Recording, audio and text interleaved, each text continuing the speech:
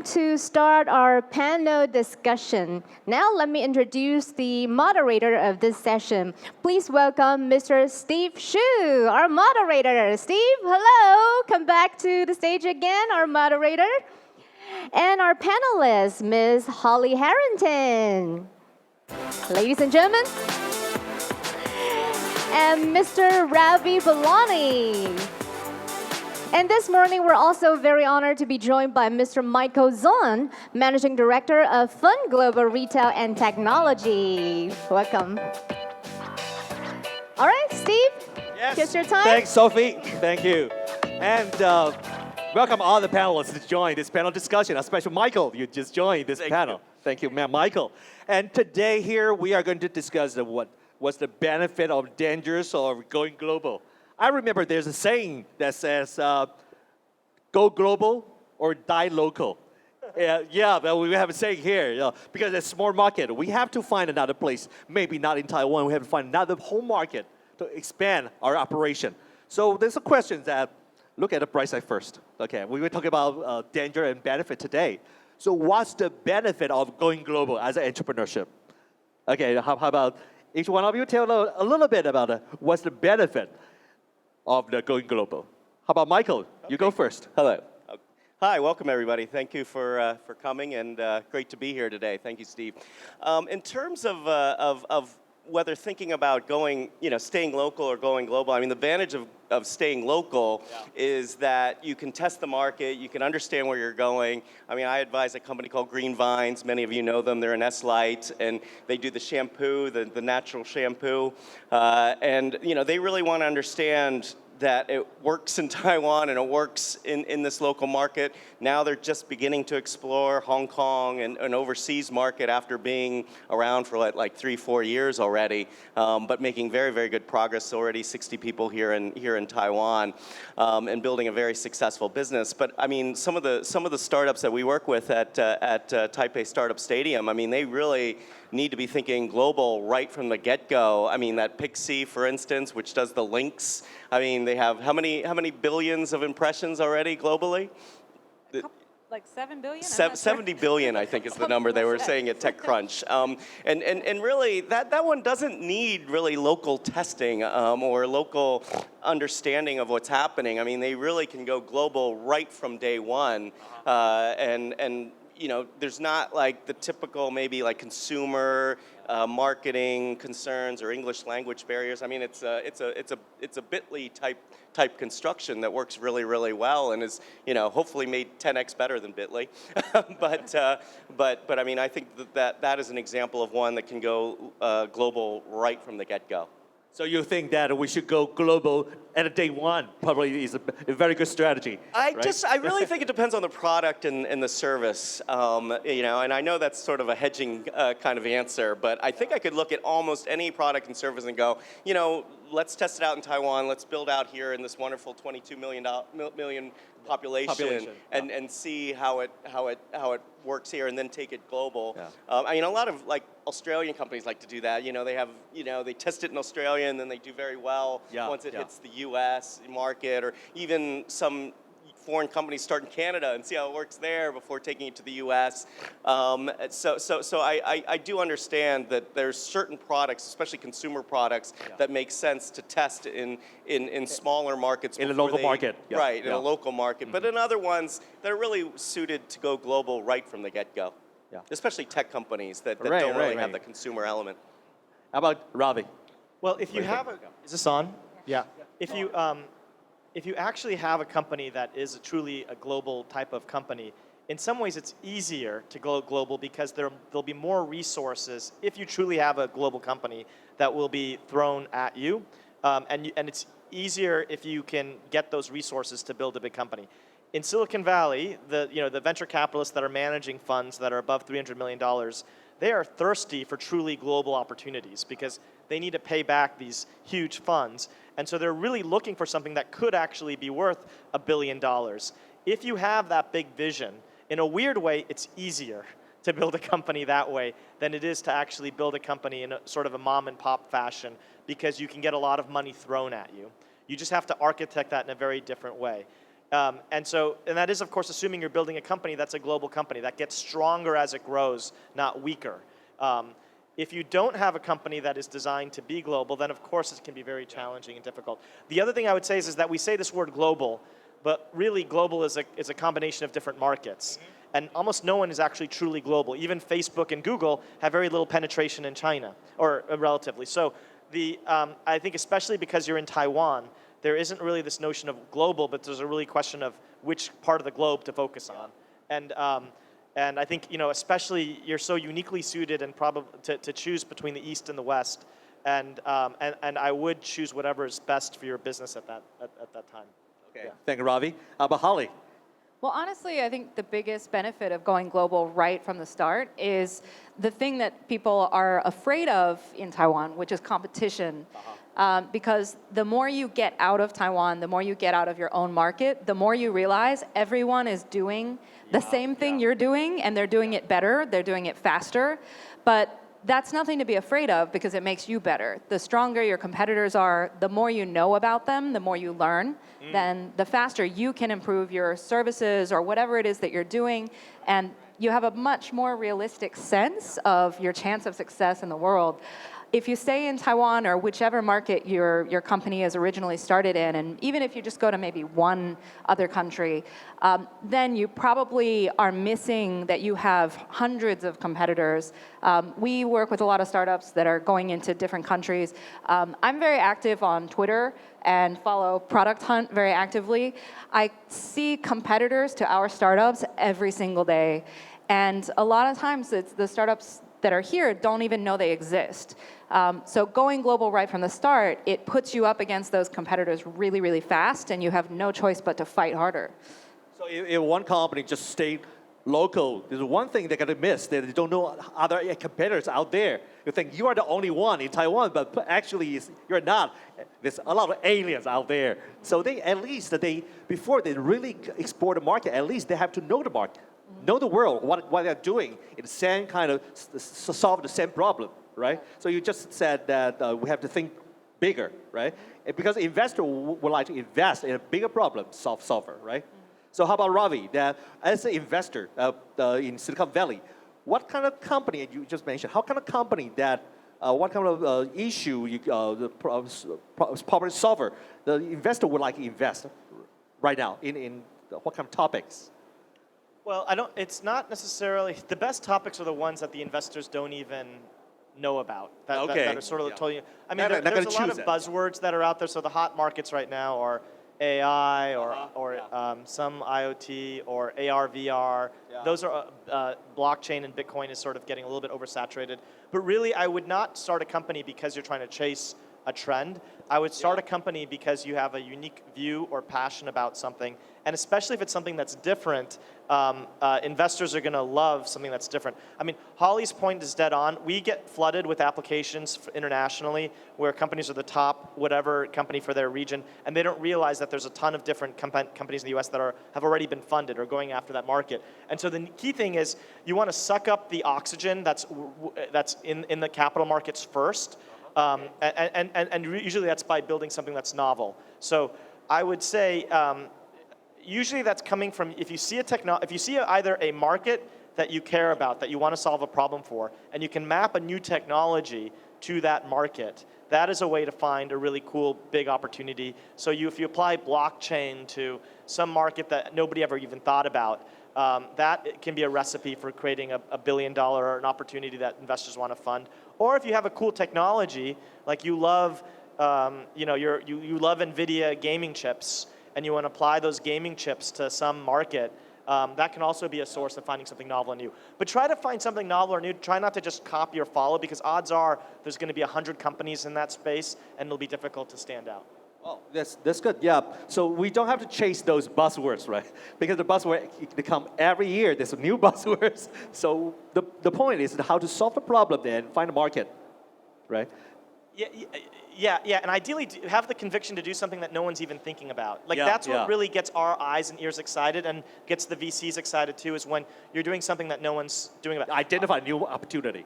Yeah, I mean, I'll tell you, the last 3 companies that have been funded out of Alchemist by the top funds, one is doing construction software Construction software. Yes, and there are two grads from Stanford that are building construction software and it was Andreessen Horowitz that funded it. This is actually confidential. I shouldn't probably disclose this too much, but they loved it because no one's doing that. It seems And very so, traditional business, but actually a new way to solve the problem. Yeah, and these guys were uniquely suited to solve that problem. So basically, try to find something where you have. I think what's underrated is differentiation and uniqueness. Okay. Everybody talks about big markets. I wouldn't think about big markets. I would think about doing something that you're uniquely suited to solve, and a way to map that to an even bigger opportunity. Okay, so even it's a small problem, if we think globally, it's a huge market. And you're going to have a niche market and do it locally and prove it, and you're going to expand globally. Well, let me just clarify. When we say a niche market, I think most people in the US aren't thinking about niche markets geographically, but niche markets functionally. So you might solve like a problem for small and medium-sized business owners that have a problem with receipts. Some very niche problem, but that problem can apply to a bunch of different geographies. I think it is dangerous if you just geographically niche your market. Okay. Because you're going to get usurped by somebody else. Wow, I learned a lot. Yeah, not a niche geographic market. It's a niche function market. How about Michael? Yeah, I guess I would just only add to that. I work for two different US-based tech companies, DoubleClick, which is now part of Google, and Bazaar Voice. And my job for both of those companies was to take it internationally, specifically to Asia Pacific.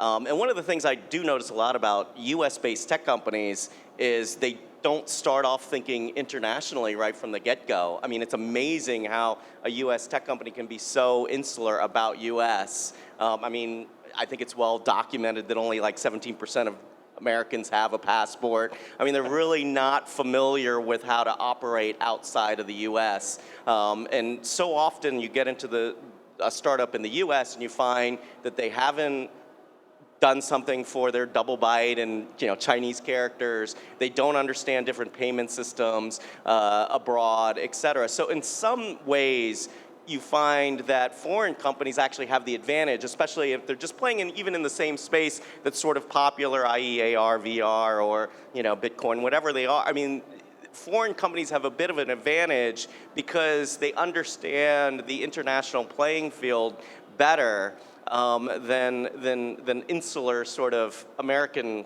tech can be. So I think if you do start off right away thinking internationally, you almost have an advantage, even if you're in the same space. So the United States is a very, very interesting place. Very international, but also as an international startup or entrepreneurs is very good, a very good strategy to invest and start their business in the United States to test the whole market, the whole world. Actually, it is very international. So how about Holly, that in order to build up this in order to go global, these startups must structure their team, a global team. So is it easy? And how to design a acceptable incentive program for different markets and for Taiwanese startup to explore the United States market as a gateway through the United States to go global? Well, this is actually a big problem that the startups that we work with bring up constantly, which is the talent, the availability of talent that can go global with them. Most of the startups that are based here in Taiwan, they're educated here or they're educated abroad for a little bit and then come back. But it doesn't mean that they know how to get into other markets. So building a team from the very start with that kind of diversity, like I talked about before, not just about those skills, but also international diversity. One of the important things and some changes that have been happening in Taiwan recently is just making it easier for international talent to come here. And I think more and more people they're discovering Taiwan as a good place to live and work. It's actually, the secret is getting out. But the startups that are based in Taiwan now and in other countries as well, they can benefit from those international people that are living here locally. They understand Taiwan and they understand that overseas market. If they want to start out in the US market from the very beginning, and we have a lot of startups at TSS that do that, many of them Taiwan is not their market at all. In fact, they don't even have a Chinese version of their product. It works really well for them because, as I said before, they can face a lot of competition quickly, but they also have the chance to test in a market that is very different from Taiwan. Taiwan has its own unique problems. The US has its own unique problems, but the US is more than 10 times bigger, greater population. And then the other thing is that when something is available in the US but not in Asia, then there actually gets to be this sort of extra demand for it. If you think about, we only just got Netflix a couple years ago. There's a lot of stuff that we do not have in Taiwan. Another being Venmo and stuff like that, that in the US, it's so convenient. So if you're able to test something and it can get popular, that makes it so much easier to get into all the other markets, because then the other markets are asking, when are you coming to my country? A good example of that would be Boxed.com. The CEO, Che Huang, who is based in New York. Box.com is basically kind of like if you married Amazon and Costco. So bulk home delivery. I wish we had something like this in Taiwan. And we've met the CEO a couple times before, this year and last year. Every time, when are you going to come to Taiwan? Please come to Taiwan.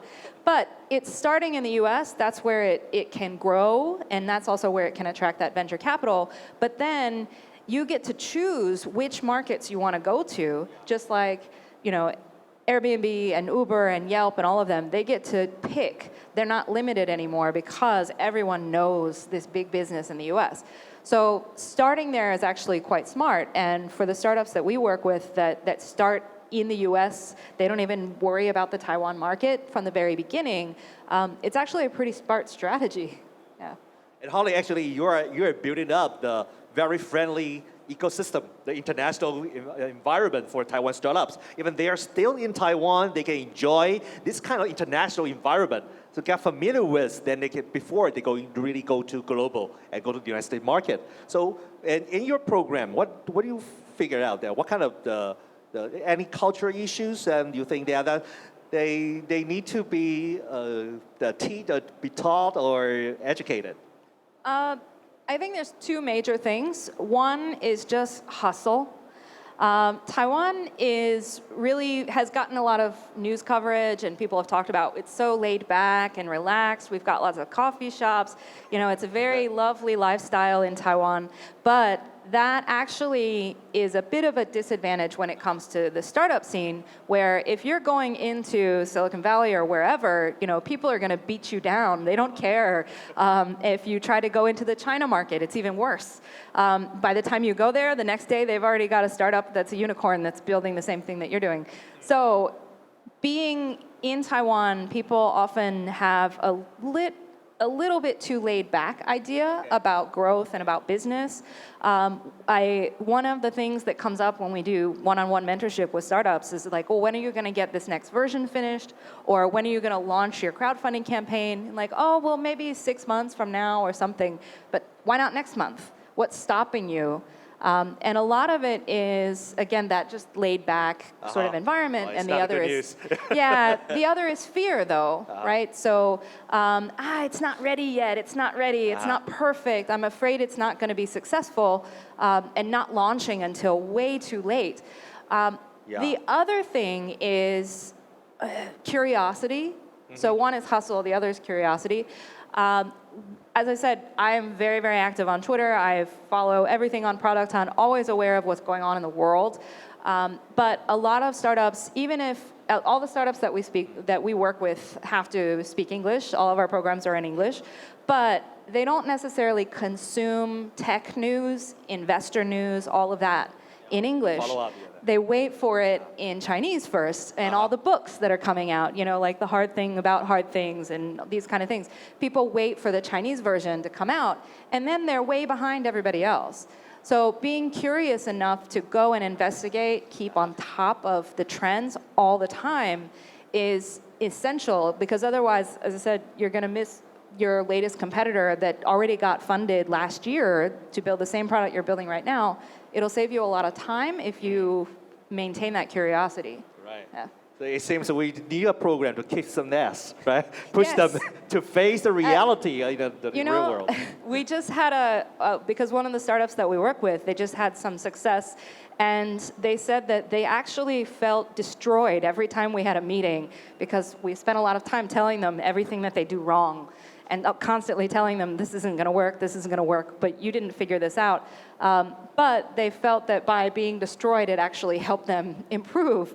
But that's also, maybe that's a third thing, is in Taiwan, I think people are so polite and don't want to maybe say something bad against somebody else, then they're not telling the truth about the quality of the product or anything like that.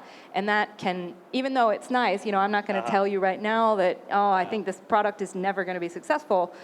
Maybe at this moment I'm saving your feelings, but 5 years from now, when you have to fire all your employees and you have to go back and work at 7-Eleven or whatever, then it's really going to hurt. So it's better to be honest up front. Right. So please forgive us.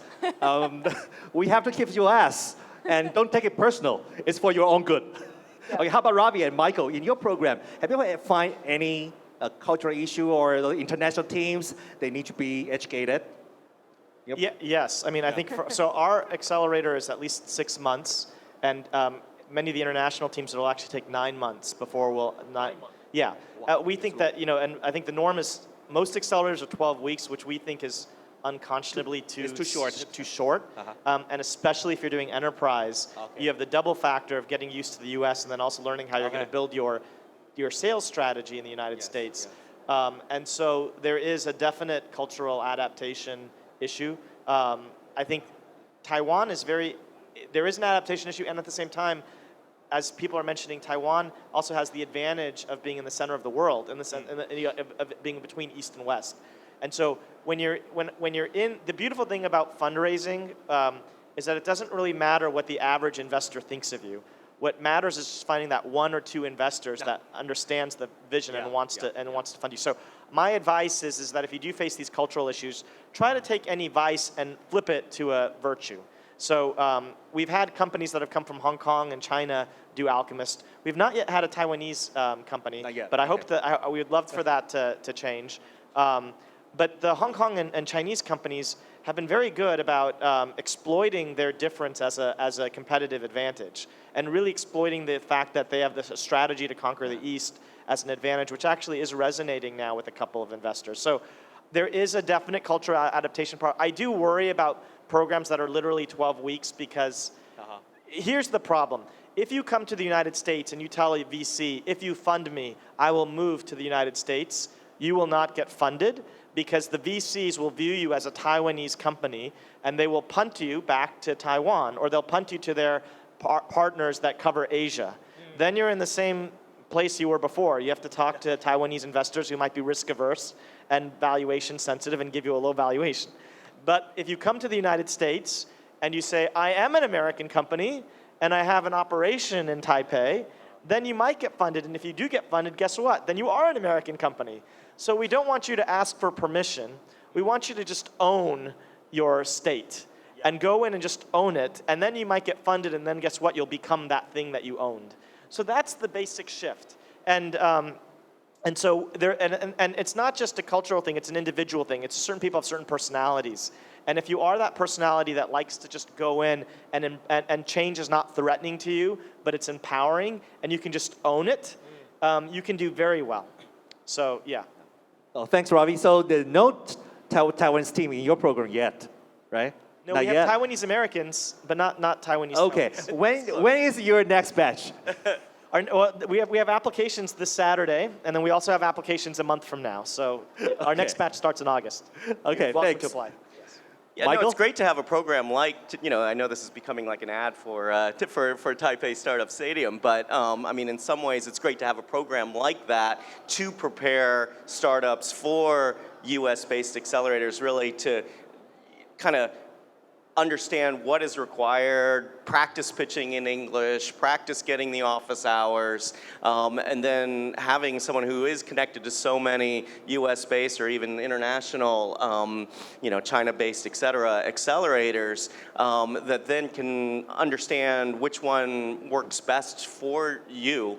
But as Holly said, though, so much is available publicly. I mean, Ravi was just showing how his courses at Stanford, I mean, you can go and see them, but you can actually just like log on right here and learn them. So there's so much that individual entrepreneur can get on their own for free. It's unbelievable. And it's just a matter of taking advantage of all of that.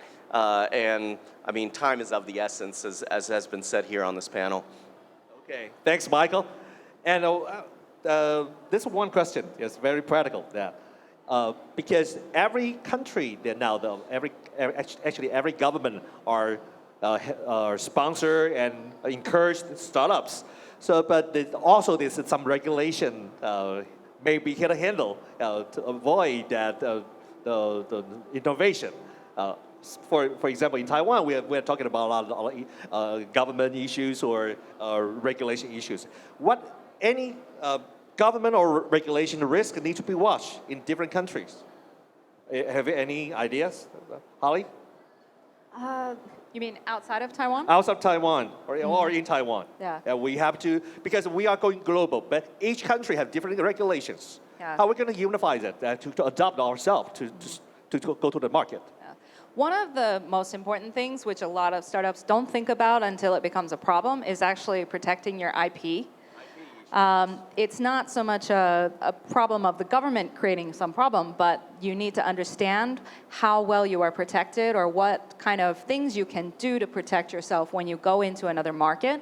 Not just for IP, but other things, regulations on safety, certification, any kind of legal requirements where you didn't realize it's very different from how it is in Taiwan, and you might accidentally break the law. Yeah. Or you might put your stuff out there, and then the next day it's copied, somebody's selling it, but it's totally legal for them to do that because you never protected yourself properly. One of the biggest way startups can kind of avoid these problems is to make sure that you have a lawyer in that country, any market that you're going to have local lawyers in every single market that you want to get into. Otherwise, there could be so many things that you miss that you could screw up and it could destroy your entire business. There are potential liability issues behind the legal issue. Especially for, I think the ones that have it the hardest these days, I think, are actually the IoT startups. In large part because, one, they have all those certification issues to deal with every country, safety. But the other is that many of the startups that are going abroad, they're building some kind of hardware product where the hardware itself is actually not that special. And it's so generic and normal that anybody could just copy the hardware part, copy the design, the style in general, and there's not a lot of ways to protect yourself in that other country or that other market, especially the ones that are doing crowdfunding. We have a lot of startups that come to us that are a bit worried about that. Their hardware products going on crowdfunding sites, and then we've seen those horror stories of getting copied by some company, usually in China, that's putting out the same thing but faster instead of waiting until next year. But there's nothing that is blocking anybody from doing that legally. If that country, the country that's copying it is not the country where you are raising that money or doing your Kickstarter, or that's where you protected your IP. Internationally, you're not covered everywhere. So, as I said, having lawyers, having experts in every market you want to go to, but also just being aware of those horror stories and those regulations, and just remembering that every country is weird. The laws in every country are totally different. I mean, I get this all the time because I'm an American. I live in Taiwan. The things that I assume are true in Taiwan, because that's how it always is in the US, are not always true. And I learned the hard way very often. Fortunately, it's usually personal things, different laws or regulations or bureaucracy or whatever. But if it was a big business at stake, my not knowing those things and assuming that it's the same in both countries could be very, very dangerous. So founders have to be aware that they can't assume that things just work the same way in Taiwan and Japan and Europe and the US. Yeah. Yeah, thanks, Holly. How about Ravi? Any regulation issues or legal issue you think that startups need to consider? Outside of IP, I think the two biggest issues that we see for the international companies are area of incorporation, where you're incorporating, and then visas and legal issues just around getting. And I don't know if there's government officials here, but I think one of the issues on incorporation is a lot of government programs are trying to create entrepreneurship innovation centers within their home countries. And sometimes they'll put stipulations that the companies have to be incorporated in that region. And I would encourage them to relax on that constraint because the US, so about a third of the US investors will require you to be US incorporated. And I think a lot of government officials view it as a zero-sum game, where if I give up on this, then I'm going to lose out. Yeah. And the reality is that in the first phase, the innovation has to happen through people. Like the way that Taiwan is going to become the next, whatever metaphor you want to use in terms of a country that becomes an innovation epicenter is through people. It's going to be the Taiwanese here in the crowd that are going to go to the United States or China or Europe and then come back to Taiwan. And so we would very much encourage the government to allow that transfer and allow those companies to be funded in the United States, and then people will come back. I'm a case in point. I'm Indian. My parents were born and raised in India. They had me in the United States, and then I funded 2 companies out of India. So that I would encourage. And then the second thing is visas. That's a very complicated question, which I don't know if we have enough time for today. And I wish the U.S. was much more open-armed about that than we are, and unfortunately, I don't know if we will.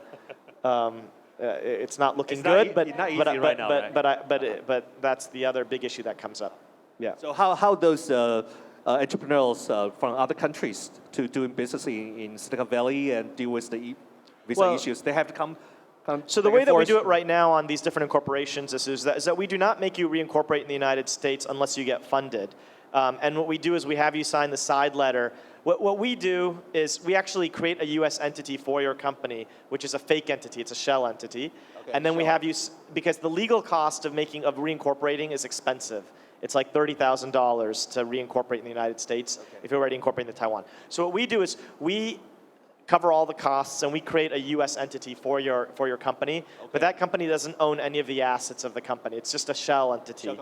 And then you sign a side letter and you say, if you get funded by a U.S. VC, you will commit to making the U.S. entity the parent. And then if you don't get funded by a U.S. VC, there's no harm, no foul, because we didn't do any of the work. But then if you do get funded, we have that pre-committed. And that way you can also go into the U.S. VC and saying, oh yes, we have a U.S. incorporation. Okay. So it's a hack. That's what we do. And then on the visa stuff, there's small little tricks and everything is country specific, but it's things like you can't say that you're going to the U.S. to do work. You have to be doing business. You have to be going in and doing business for your own company, and we will write you a sponsorship letter to do that. But there's no guarantee. And then so sometimes we'll have companies that will come in for your tourist visa or the equivalent, and then come back to Taiwan, and then they'll split the program up. They'll come and then go back and then come in. Yeah. Could be a dual program.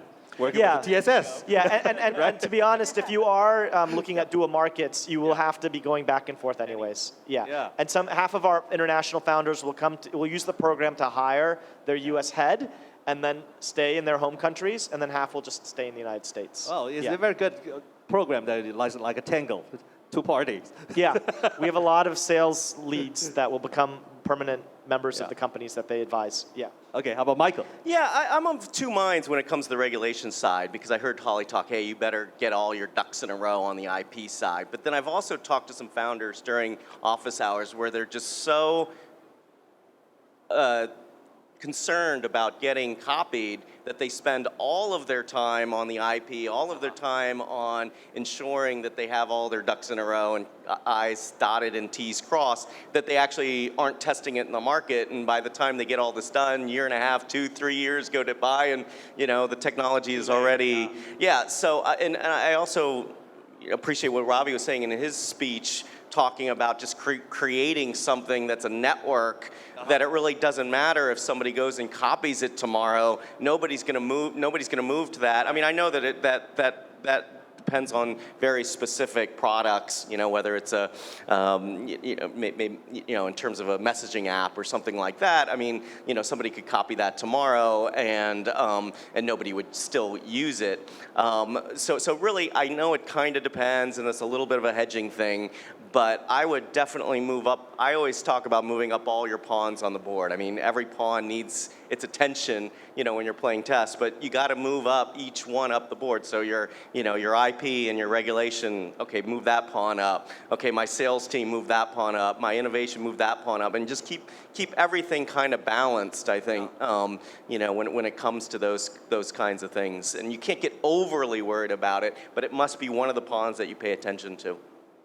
Okay, thank you. Just like said, Ravi said that the network. Okay, you can copy your hardware very easily, but if it's a business model or network, it's very hard to copy. Right. Right. So if your products or service is so easy to be copied, maybe you have to consider it's not a good business model. But how can you make a community out of it? How can you be like a Fitbit or whatever? I'm wearing one now. I mean, it's a piece of hardware, but they also have like a community where you can challenge against other people. And, I can definitely see it on my app every day, there's 7 or 8 different people that I'm kind of challenging. I mean, that makes it harder when, BitFit comes out. I won't buy that because all my friends are using Fitbit, right?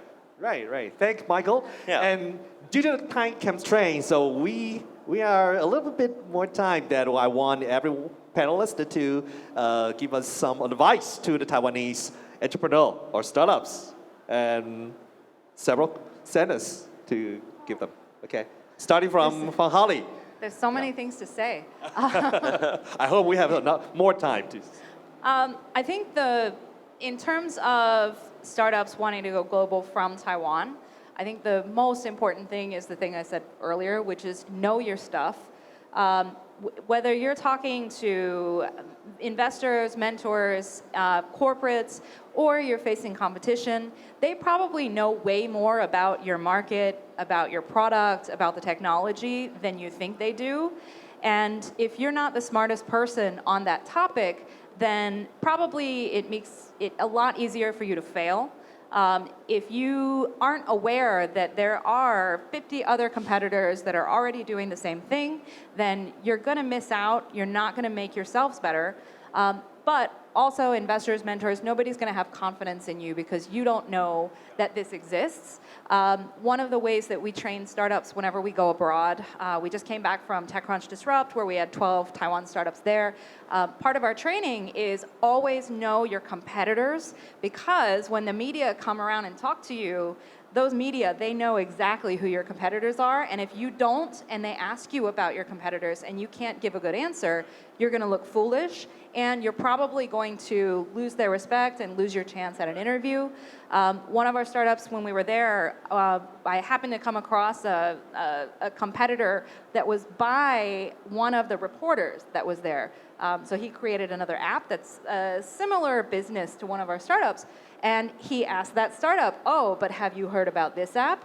And because the startup actually had taken the time the day before it to look it up, find out more information, they were able to give a really good answer.